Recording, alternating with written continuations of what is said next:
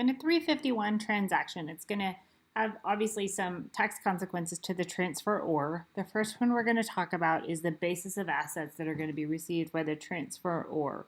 So the transferor is the person who gave the assets to the corporation in exchange for stock. And we kind of covered this in the problem we did in the last set of slides. So if the person, the transferor, receives boot property, the transferor's basis in any boot property received is the property's fair market value. But if they just receive stock, or for the portion of stock they received in the transaction, the shareholder is going to compute his or her adjusted basis in stock received in a Section 351 exchange as follows. You're going to start with the adjusted basis of property transferred to the corporation. To that, you're going to add any gain that you recognized, and you're going to subtract the fair market value of any boot you received from the corporation, any money received from the corporation, and any liabilities assumed by the corporation. That's going to be the adjusted basis of the transferor's stock. The transferor also has to compute their holding period on the stock they receive and any boot property they receive.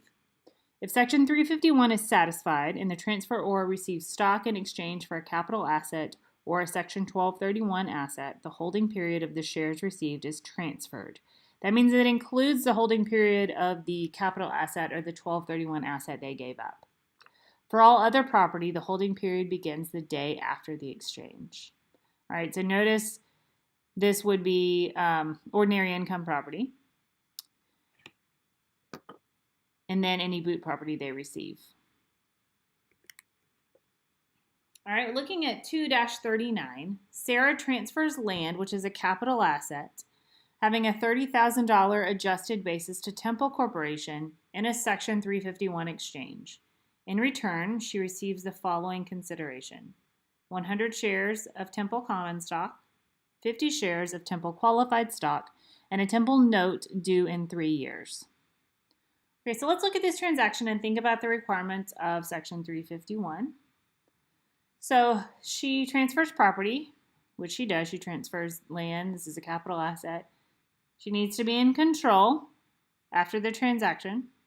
So it appears she is. It doesn't actually say. We're going to assume she is in control after the transaction. It also needs to be solely in exchange for stock. So she has messed this up a little bit because she has received a note due in 3 years. But she transferred enough property to make, even ignoring that note, she would be in control. She'd own over 80%. All right, so A, what are the amount and character of Sarah's recognized gain or loss? So normally if 351 applies, there's no gain or loss. But we have this note. So she's going to recognize some gain or loss equal to either the boot or the gain. So her amount realized is $170,000. She received stock worth $170,000. Stock and assets. She received $150,000 worth of stock and $20,000 worth of notes. So she received $170,000 of stock and other assets. The basis in the asset she gave up, the land, is $30,000. So she has a realized gain of $140,000. Absent Section 351, she would recognize that whole gain. But she doesn't. Section 351 only requires her to recognize the gain up to the amount of boot she received. So Part A, she's going to recognize $20,000 of capital gain. Part B, what's Sarah's basis in her common stock, preferred stock, and the note?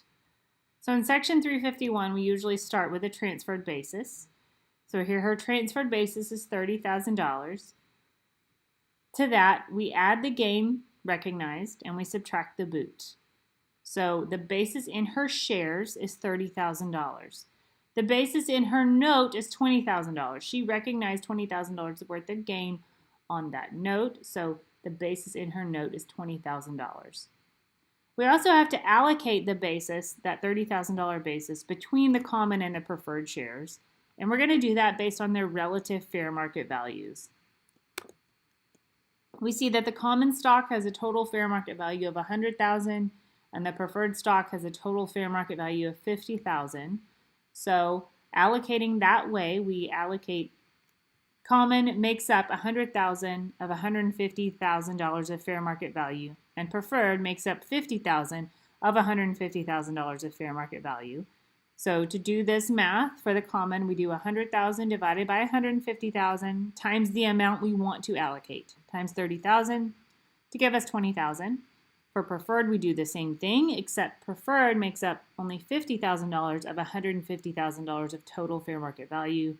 Again, we multiply it by 30,000 because that's what we want to allocate $10,000 to the preferred shares. Temple's basis in the land is going to be the $30,000 transferred basis. In addition, we're going to add the $20,000 note. We haven't really covered the transferee's basis in the assets they receive, and we'll talk about that a little bit later.